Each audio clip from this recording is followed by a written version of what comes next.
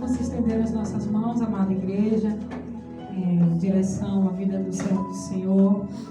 Querido Deus, bendito Pai, nós rendemos graças, Senhor da glória, pela rica oportunidade, Senhor, que o Senhor nos concedeu de estarmos aqui nesta manhã mais uma vez. Devemos receber, Senhor da glória, algo da tua parte. Quando neste momento, Senhor, teu filho vai estar ministrando a tua palavra, Senhor. Fala conosco, Pai. Fala aos nossos corações. Não aquilo que nós queremos, Senhor, mas aquilo que o Senhor tem para as nossas vidas. Exorta, consola, edifica, Senhor da glória, as nossas vidas, Pai. Usa teu servo, Senhor. Abençoa ele, Senhor da glória, enquanto ele estiver ministrando a tua palavra. Deus, que no abrir e no fechar dos seus lábios, o Senhor possa colocar palavras, Senhor, vinda do céu, Senhor, para o teu filho e também assim para a tua igreja. Nós abençoamos a vida do teu servo, Pai, em nome de Jesus. Amém. Graças a Deus. Vamos receber o servo do Senhor com palmas para Jesus.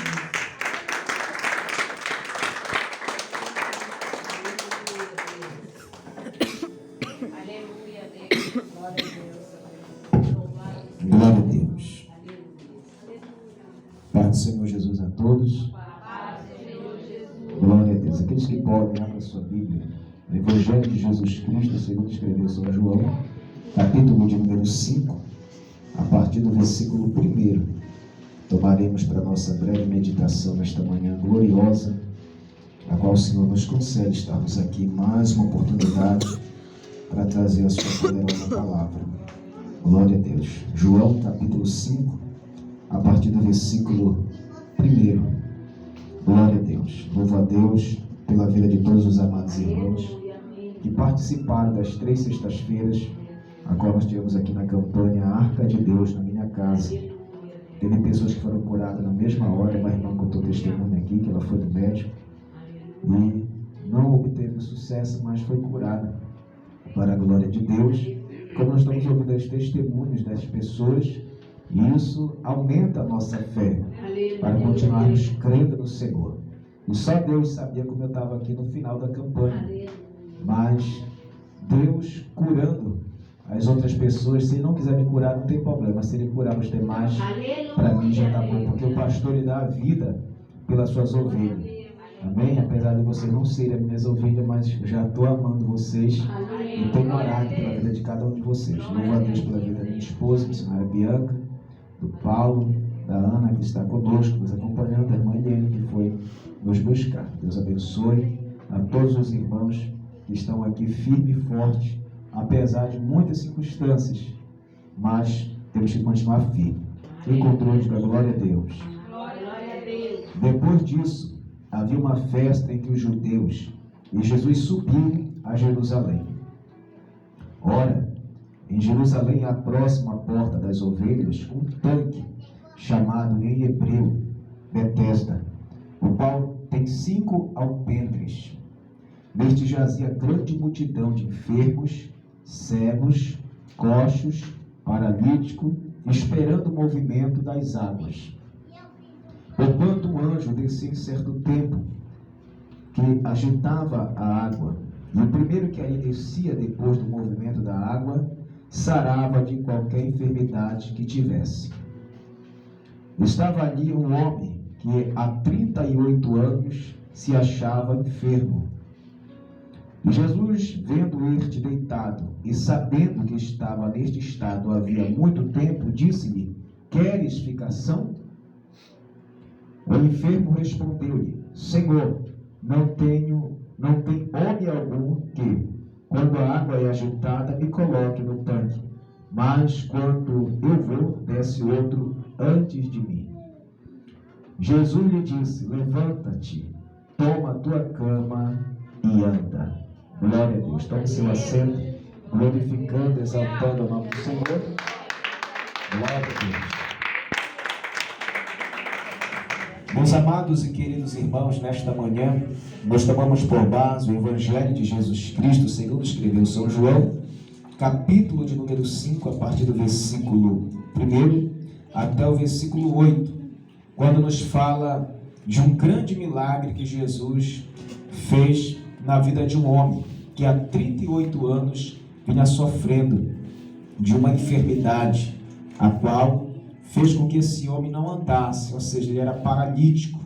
E a Bíblia nos diz que Jesus ele estava indo para uma festa em Jerusalém, a festa anual que todos os hebreus comemoram, porque existem algumas festas que os hebreus comemoram anuais, a qual eles não podem faltar. Entre essas festas, essa festa que Jesus estava indo era a festa das trombetas. E Jesus então resolve mudar a rota. Ele vai agora para um local que ficava em Jerusalém, porém, no lugar onde ficava todo tipo de pessoas enfermas. Pessoas que para muitos não tinha mais jeito. Mas Jesus, em vez de ir para a festa, ele muda a rota e ele vai para o tanque de Betesda, onde foi lido que havia de alguns alpendres, e ali um certo anjo descia num certo tempo, e ele movimentava, agitava as águas. E quando alguém descia depois da água agitada, ele sarava de qualquer enfermidade que tivesse no seu corpo. Aleluia. Alguns pregadores dizem que não é verídico que o anjo descia ali. Era uma estratégia governamental que Herodes trouxe sobre Israel para trazer uma maquiagem para os visitantes, pois afinal, Jerusalém comporta muitos turistas, muitos visitantes até o dia de hoje. Talvez alguém aqui no nosso meio tenha um desejo de ir em Israel para ver como é, de fato, onde Jesus passou, onde Jesus foi sepultado, para sentir a presença tão gloriosa de Deus que existe naquela terra santa. Porém, como nós sabemos, ali, segundo alguns historiadores, alguns pregadores, dizem que o anjo não descia. Não estou aqui afirmando, estou só apenas articulando algo que eles falaram, mas não vou afirmar. Mas eles dizem que não havia um anjo que descia, era uma forma de maquiagem para que as pessoas que viessem de fora não vissem os enfermos, não vissem os coxos. O mundo inteiro assediando o Brasil pela Copa do Mundo que houve no Brasil, certamente colocaram aquela maquiagem para que não visse as poduras, pontos negativos que tem no Brasil. Assim, talvez acontecia em Jerusalém, na época de Herodes, para dar uma aparência do seu governo, um governo forte, abençoado, que tudo estava correndo muito bem. Porém, Jesus agora, ele está indo rumo ao tanque de Betesda. O nome Betesda significa casa de misericórdia. E ali aquele homem estava precisando da misericórdia do Senhor. Aquele homem estava precisando não só da misericórdia do Senhor, mas estava precisando da misericórdia de pessoas que estavam ali. Quando Jesus chega ali, na beira do tanque, ele se depara com aquele homem. Mas se você prestar atenção num dos versículos que nós lemos, a história vai dizer que Jesus sabia que aquele homem estava enfermo há muito tempo. Mas por que Jesus não foi lá? Nós sabemos que o primeiro milagre que Jesus ele fez foi transformar a água em vinho, em Canaã da Galileia. Ele poderia ter se deslocado para ali, para o tanque de Betesda, e ter curado este homem.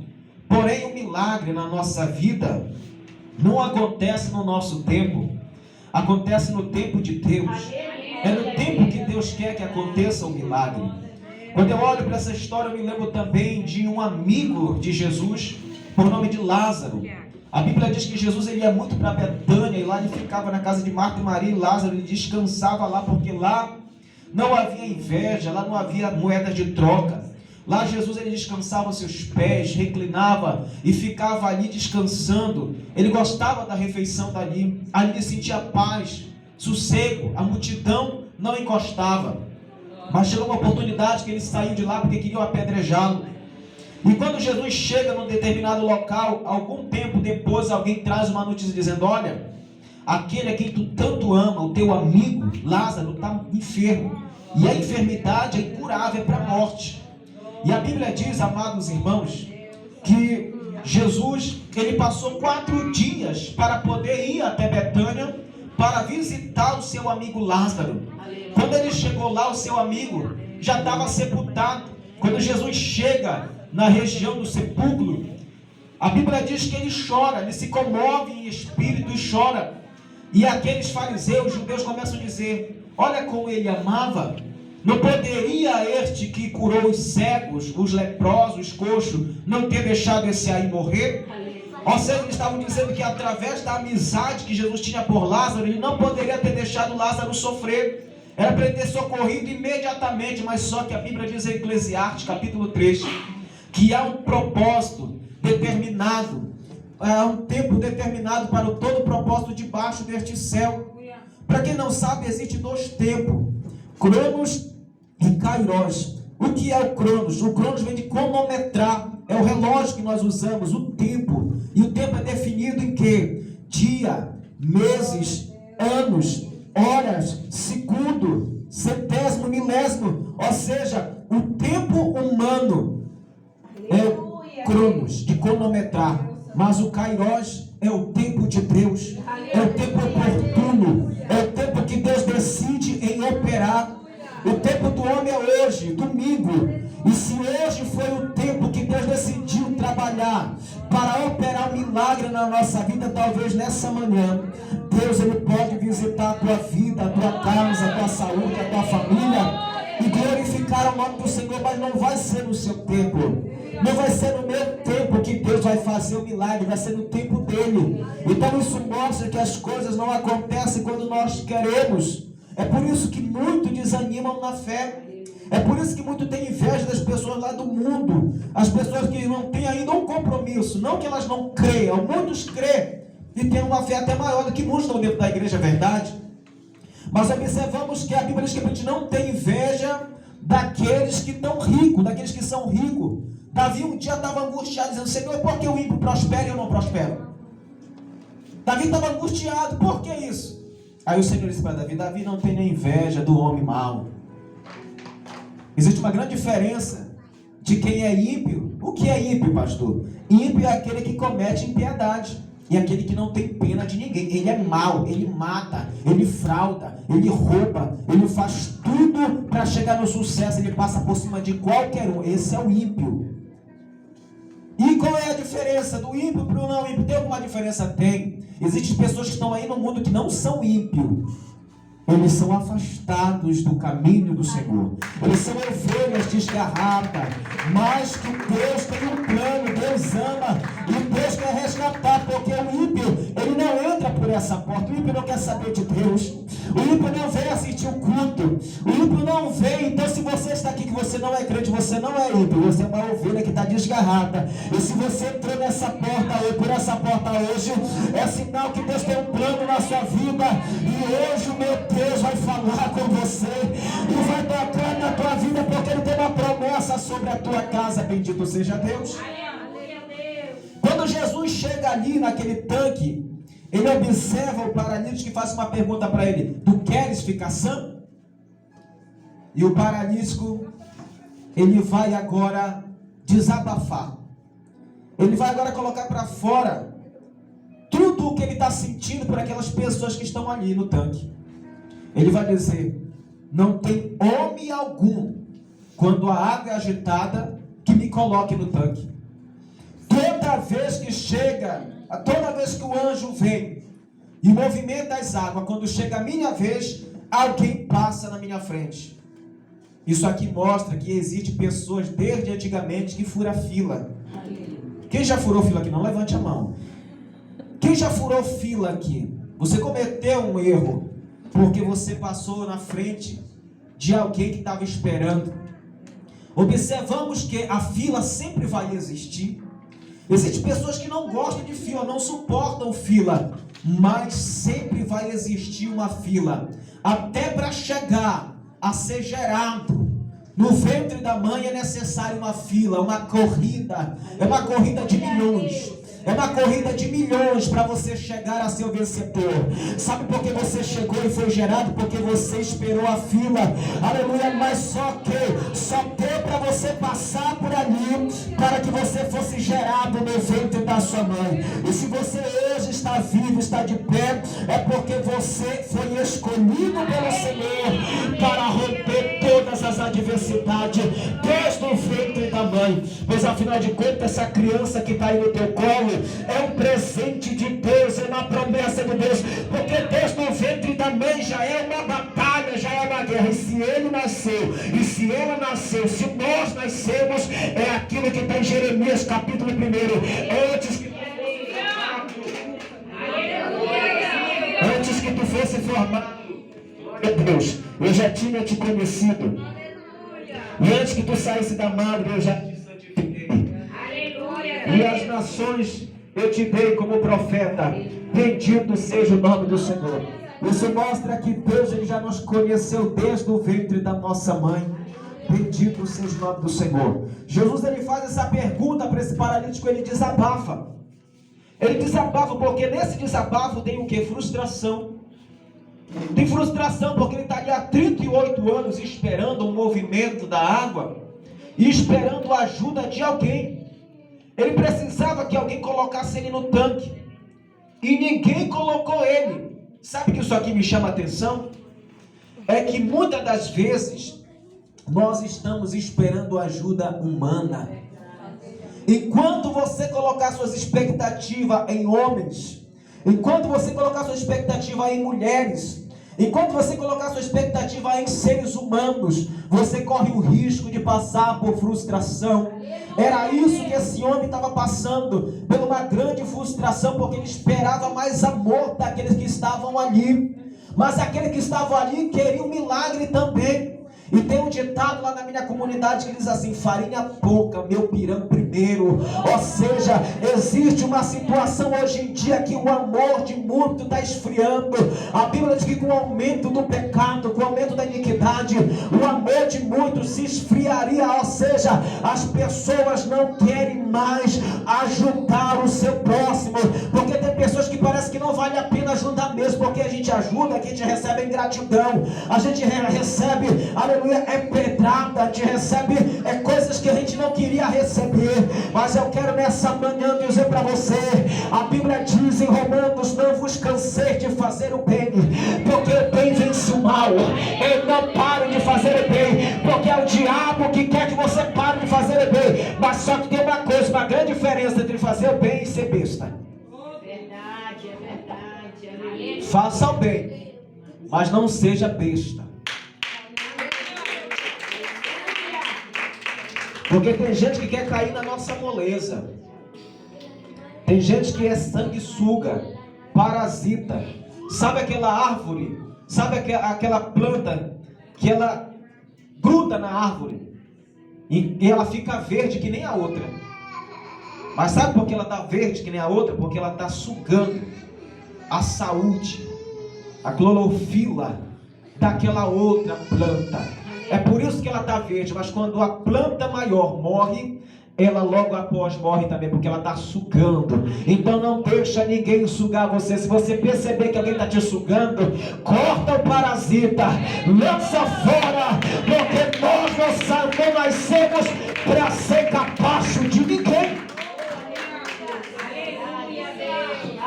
E esse homem aqui, ele desabafa: não tem ninguém que me coloque no tanque quando a água é agitada. Sempre que a água é agitada, alguém passa na minha frente, ou seja, rouba a minha oportunidade. Não tem coisa mais triste, é você ir para a fila de hospital.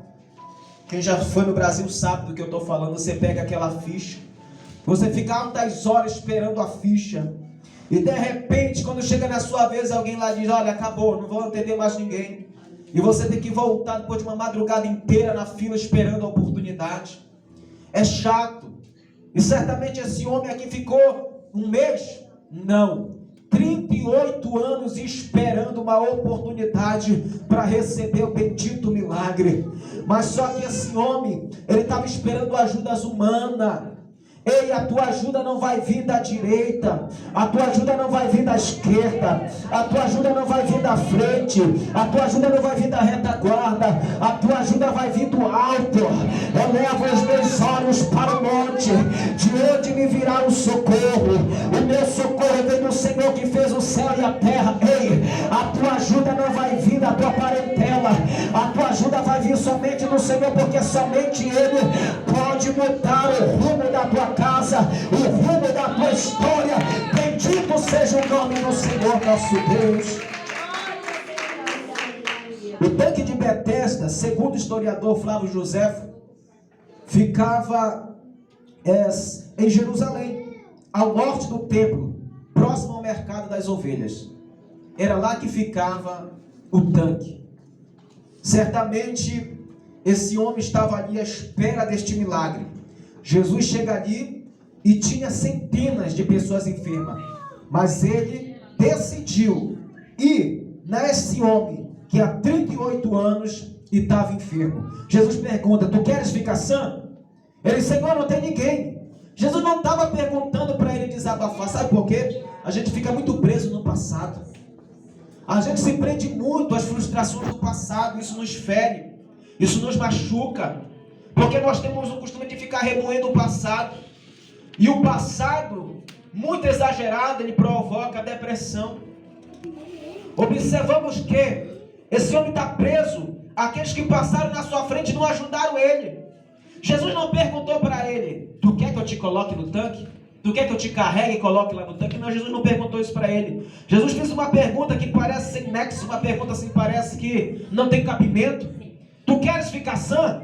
É óbvio que ele queria ficar curado. É certo que ele queria a cura.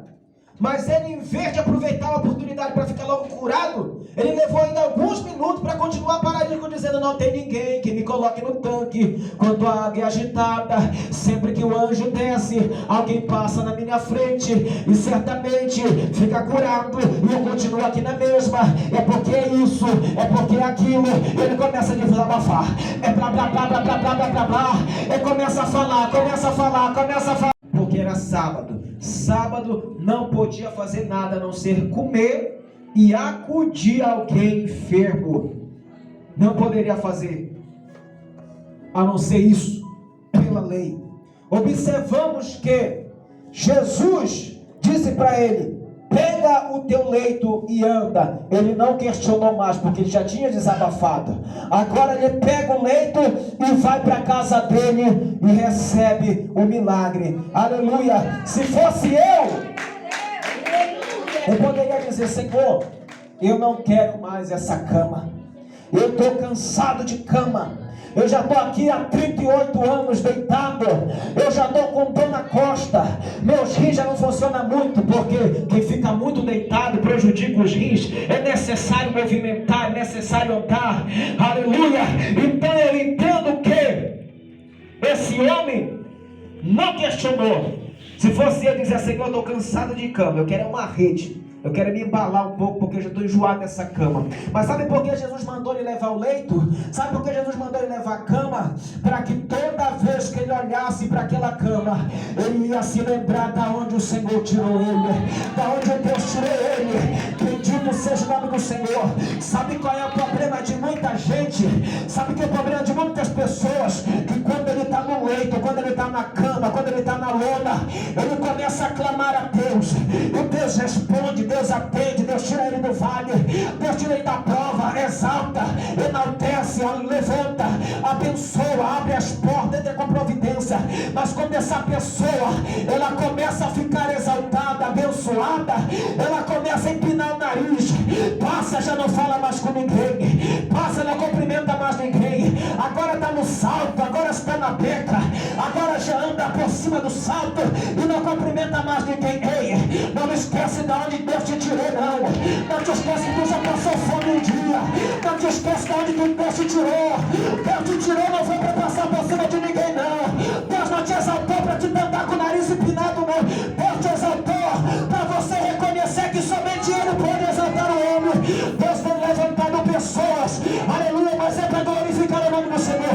Deus vai levantar alguém aqui nessa manhã, e Deus já está te advertindo, dizendo: não te exalta, porque eu vou te abençoar, mas não te exalta, porque o Deus que exalta é o mesmo Deus que abate o soberbo.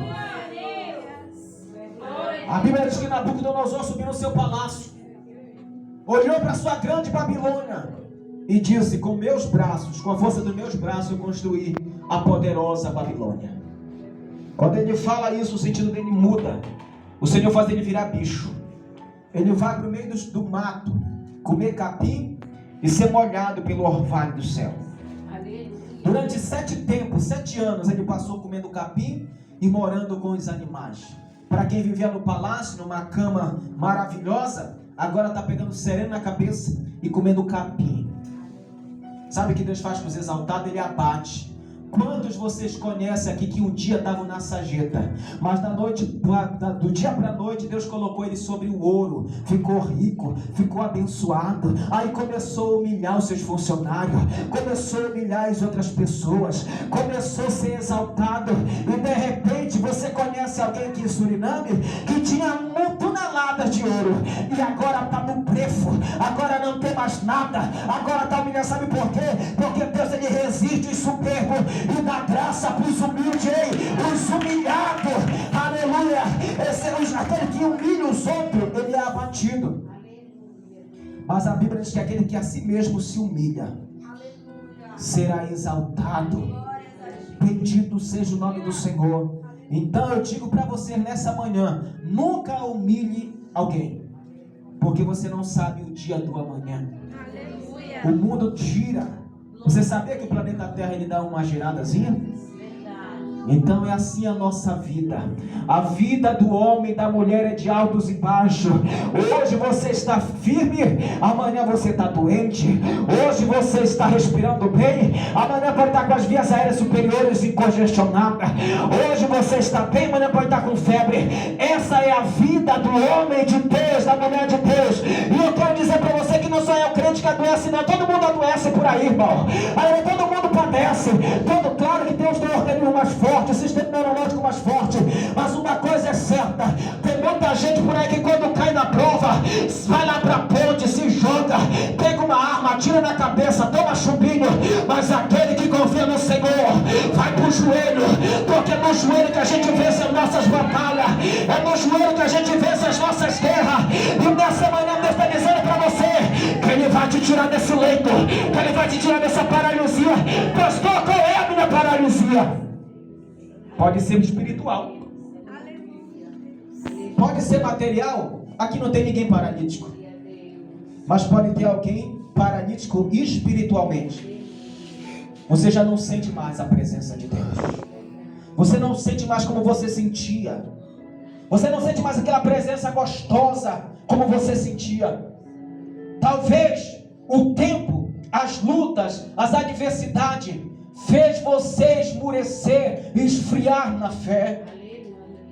Talvez você ore e já não sente mais a presença de Deus, e a luta está tão grande que você está sufocado. Sabe por quê? Nós somos tricotômicos. O que é isso, pastor? Nós temos espírito, nós temos alma e temos corpo. Isso mostra que as 3 áreas da nossa vida precisam ser alimentadas. O corpo, essa matéria que é alimentada pelo açaí, pelo feijão, pela carne. A alma, ou o espírito, melhor dizendo, o espírito é alimentado pela palavra de Deus. Somente a palavra pode alimentar o espírito. A balada não alimenta o espírito. O bar, a bebida, a jogatina, a prostituição não alimentam o espírito. Jesus disse em Mateus capítulo 4: nem só de pão viverá o homem, mas de toda a palavra que procede da boca de Deus. Hebreus 6:12, a Bíblia diz que a palavra de Deus é viva e eficaz, e mais penetrante que qualquer espada de 2 gumes, que penetra até a divisão da alma e do espírito, apta para discernir os pensamentos, as intenções do coração. Ela divide juntas e medula. Ei, somente a palavra de Deus pode alimentar o teu espírito. A Bíblia diz que nos últimos dias os jovens, as virgens, irão cair desmaiadas, não por fome de comida e não por sede de bebida, mas por ouvir a palavra de Deus. As nossas mentes estão sobrecarregadas de informações de redes sociais. Nós passamos 5 horas de tempo no Facebook e não passamos 30 minutos lendo a palavra de Deus. Não passamos 30 minutos orando. É por isso que estamos depressivos, ansiosos. É por isso que nós não temos força para ir para o culto. Mas eu quero nessa manhã, em nome de Jesus, decretar que esse fardo pesado que você está carregando será desperdiçado nessa manhã, para você ter força. Ei, Deus te levantou, mulher.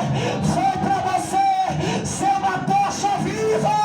Recebe força, recebe graça, recebe ânimo, recebe poder, recebe autoridade. Recebe a presença desta manhã. Vai adorando, vai glorificando. Recebe a presença do Espírito e adora Ele nesta manhã. Bendito seja Deus.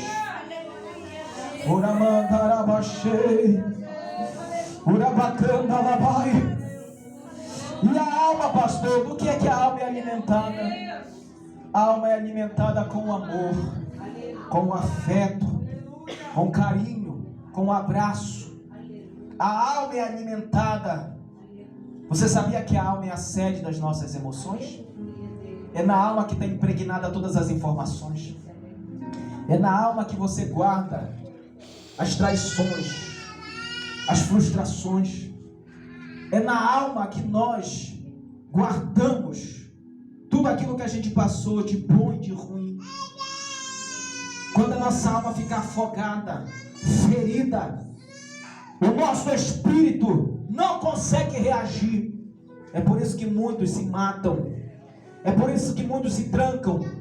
É por isso que muitos desistem de viver. Porque a alma está sobrecarregada. E o espírito que está entrelaçado à alma, ele não consegue reagir, porque o espírito veio de Deus. Mas através das lutas na terra, as pessoas começam a ficar sufocadas. Alguns entram em depressão, síndrome do pânico, desespero, e começam a andar totalmente depressiva. Mas eu quero nessa manhã, em nome de Jesus, profetizar sobre a tua vida que esse jugo não vai te oprimir mais. Você será livre a partir de hoje, porque a mão do meu Deus te sara nesta manhã.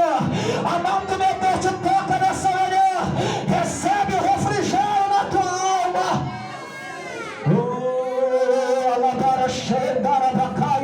Aleluia. Deus me revela que tem pessoas aqui que têm passado pelo vale. Só Deus sabe como tu tem passado. Ei, a tua alma está angustiada. Você já não tem mais força para buscar Deus. Mas eu declaro que hoje o teu cativeiro vai virar. Tu vai pegar esse leito e você vai andar. A partir de hoje você não será mais alguém andando com a ajuda dos outros, não. A partir de hoje você vai começar a caminhar com a ajuda de Deus. Com a ajuda de Deus. Com a ajuda de Deus. Estou encerrando. Deus existe. Eu lhe garanto com toda certeza que Deus existe. E Deus, Ele fala. Eu vivi experiências muito grandes com o meu Deus. E é isso que não faz com que as lutas me param. Sabe por quê? O meu lombo já está grosso. O meu couro está grosso já. Já peguei muitas cacetadas, muitas marretadas, mas eu não paro. Sabe por quê? Porque eu sei quem me escolheu. Quando eu estava ensinando os outros a dançar, porque eu era professor de música, de dança. Quando eu estava na cachaça, embriagado, na prostituição e tudo que o mundo pode oferecer, sabe o que foi que eu fiz? Eu voltei para Jesus, eu me voltei para Deus. Porque eu sou escolhido desde o ventre da minha mãe. Nós éramos 9 irmãos, morreram 5, ficou 4. Na carreira do primeiro, segundo e terceiro morreram. Mas quando chegou em mim, a minha mãe estava grávida, na caeira tirando carvão. Quem sabe o que é caeira? Quem sabe, se não sabe, sabe? A minha mãe estava tirando carvão. Tem o forno e tem a caeira. Minha mãe estava tirando carvão com um puxão. E Deus falou com ela a primeira vez. Ela era católica, bem católica. Mas Deus falou com ela dentro do mato, disse: pede que eu te dou. Ela colocou a mão no ventre, se ajoelhou e disse: Senhor, que essa criança nasça e vingue. Porque os 3 que eu tive morreram. Ela tinha as crianças, com 3 meses eles morriam do nada. Mas quando chegou na minha vez, Deus falou com ela e eu nasci. Com 17 anos de idade, eu estava numa festa embriagado, muito doido. Quando eu encostei na banca com os amigos, o Senhor veio e falou comigo, disse: Marcelo, eu não te quero mais aqui. Aleluia! A cachaça foi embora, o cheiro da bebida foi embora, eu fiquei lúcido, fiquei bonzinho na hora. Eu olhei para trás, não vi ninguém. Me escorei no barracão, no salão de festa. Meu primo veio e disse: o que se passa? Bora lá para a banca beber. Eu disse: não, depois eu vou, vai indo. Quando ele sai, a voz de Deus vem de novo. Deus não fala aqui. Você pode ter uma percepção que parece que Deus fala quando ele fala aqui. Não, Deus fala aqui, ó. A voz de Deus veio e disse: Marcelo. Porque Deus não me chama pelo apelido. Eu não gosto que ninguém me chame pelo meu apelido, pelo meu nome, porque Deus me chamou pelo meu nome. Lá na festa: Marcelo, eu não te quero mais aqui. O teu lugar não é mais aqui. Eu estava com 17 anos de idade. Desde aquele dia, a minha vida não foi mais a mesma. Eu tinha um vazio dentro do meu peito. Eu bebia, eu dançava, eu jogava futebol, eu namorava. Mas quando eu deitava na cama, que eu colocava a minha cabeça no travesseiro, ou me deitava na rede, aquele vazio estava dentro aqui do meu peito. Aí eu passei um dia onde meu tio estava pregando. Naqueles boca de ferro, não tinha essas caixas modernas de hoje. Ei, você que joga futebol, que dança, que bebe, que namora, mas quando você se deita na sua rede, na sua cama, você sente aquele vazio no meio do seu peito. Eu quero te dizer que é Deus que falta lá para te completar. Eu parei de ser, isso fala comigo. É assim que eu me sinto. Aí um dia eu estava no Ver o Peso, porque com 14 anos eu estava no Ver o Peso vendendo com meu avô. Quando eu estava com meus 17 anos no Ver o Peso, por ali, eu abri um bar na minha casa, casa da minha mãe. Tava muita gente lá no bar, mas eu passei e escutei um louvor. Lá no mercado do Ver o Peso. Quem conhece o Ver o Peso aqui? Só isso? Ah, tem muita gente. Eu passei no mercado, eu escutei naquelas bancas de CD um louvor. Bem distante eu te vi, parado à beira do caminho, cabisbaixo e sem direção, se sentindo tão sozinho. Você pode colocar esse playback para mim? Coração batendo angustiado no seu peito, você vive maus momentos. Quando eu escutei esse louvor, eu passei e Deus falou para mim: volta e compra o louvor, compra o CD. Eu comprei o CD e todo dia de manhã, antes de abrir com os melodies, com os tecnobrega, com os forró, eu colocava primeiro o louvor. Bem distante eu te vi. Aí começou a incomodar meus amigos, os meus amigos. Fique de pé, vamos adorar o Senhor. Me dá mais playback. Oh, aleluia! Quem souber, me ajude. Há uma saída para a tua vida, Chile Cavalhais.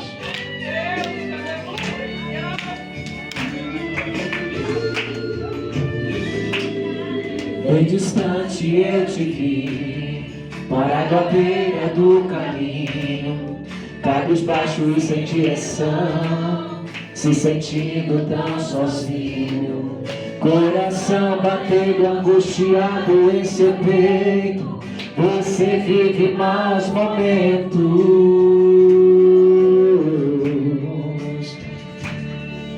É todo dia a mesma coisa e você se cansou de tanto sofrimento.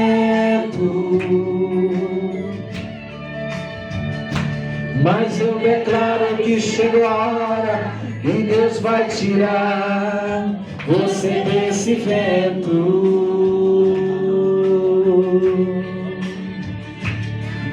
Se a fúria do inimigo contra ti se levantar, tem anjos poderosos para te guardar. Foi em separado para vencer e reinar com Ele. Deus vai na frente, adoro Ele nessa manhã, quebrando as correntes. Vai sair a guarda-rocha, com esse Deus não há quem possa, não há como nosso Deus.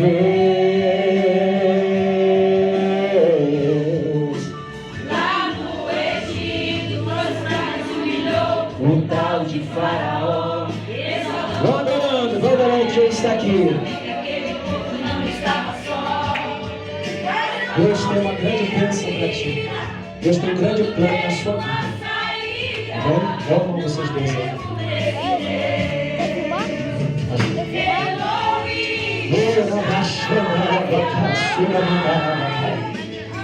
O Senhor diz que Ele tem um grande plano. Ele vai exaltar.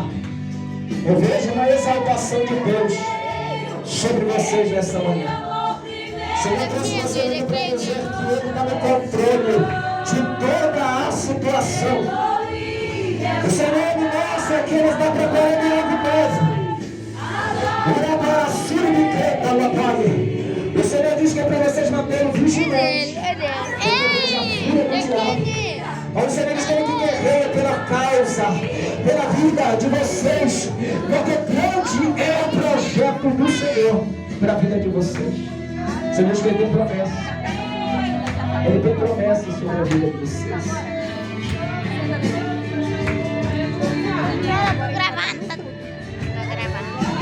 Aleluia. Baixando a vem aqui na frente, quero orar com você, vem na frente. Vem Falou pra mim sentar. Oh, aleluia. Bem distante eu te vi, parada à beira. Pode ficar aqui. Oh, aleluia. Oh, abaixando a área. Abaixa mais o fundo, por favor. Oh, aleluia. Estenda as suas mãos para cá. Eu senti de Deus de orar por este casal. Sai fora. Amém. Glória a Deus. Então vamos já fazer o trabalho completo. Amém? Quem pode aplaudir em nome do Senhor Jesus? Eles vão estar apresentando essa princesa aqui para o Senhor Jesus. Amém? Glória a Deus. Peço que vocês fiquem para cá, para esse lado. Um para a direita. Venham para cá, para esse lado. Vem aqui. Glória a Deus. Olha mais alto, Bendito seja o nome do Senhor. Assim não vai ter graça. Eu já deixei marcado logo aqui, porque quando eu sentei aqui, Levanta, levanta. né, eu olhei para mim se vai ter alguma Quer você segura apresentação. mesmo? E aquele que é líder, aquele que está na frente, tem que estar preparado, né? Para todo tipo de cerimônia. A cerimônia mais difícil de fazer é cerimônia fúnebre. Eu já fiz uma assim. Ruim é fazer quando alguém tira a sua própria vida e você tem que ir ali consolar aquela família. Para mim é mais difícil isso, ok? Mas nós vamos ler aqui em Lucas capítulo 2 e o versículo 21 até o 24, que diz assim, pode abaixar o fundo. 250. E quando os 8 dias Quando eu foram perdi cumpridos, minha. para circuncidar o menino, foi-lhe dado o nome de Jesus, e que pelo anjo lhe fora posto antes de ser concebido. E cumprindo-se os dias da purificação, segundo a lei de Moisés, o levaram a Jerusalém para o apresentarem ao Senhor. Segundo o que está escrito na lei do Senhor, todo macho primogênito será consagrado ao Senhor. E para dar a oferta segundo o disposto na lei do Senhor, par de rolas ou 2 pombinhos. Ok? Aqui fala de macho primogênito, né? Mas não tem nenhum problema, porque tem que ser apresentado ao Senhor. Tanto o macho quanto a fêmea, a criança feminina ou masculina, tem que ser apresentado ao Senhor. Como já foi dito aqui em outras oportunidades, a igreja evangélica, ela não batiza criança. Por quê, pastor? Porque a Bíblia diz assim, aquele que crê e for batizado será salvo. Essa bebê, essa princesa que ela não tem condição de crer, porque ela ainda não tem noção do mundo. Ela ainda não tem conhecimento. Então é necessário crer para poder ser batizado. Ok? Então ela não tem noção de pecado, daquilo que é pecado e que não é pecado. Ok? Então por isso a igreja evangélica não batiza criança. A criança, adolescente é batizado nas águas pela maioria das igrejas evangélicas a partir dos 12 anos de idade. A criança já tem um entendimento já do que é certo e o que é errado. Por isso é, então, batizado nas águas. Ok? Peço que vocês tenham as suas mãos para cá.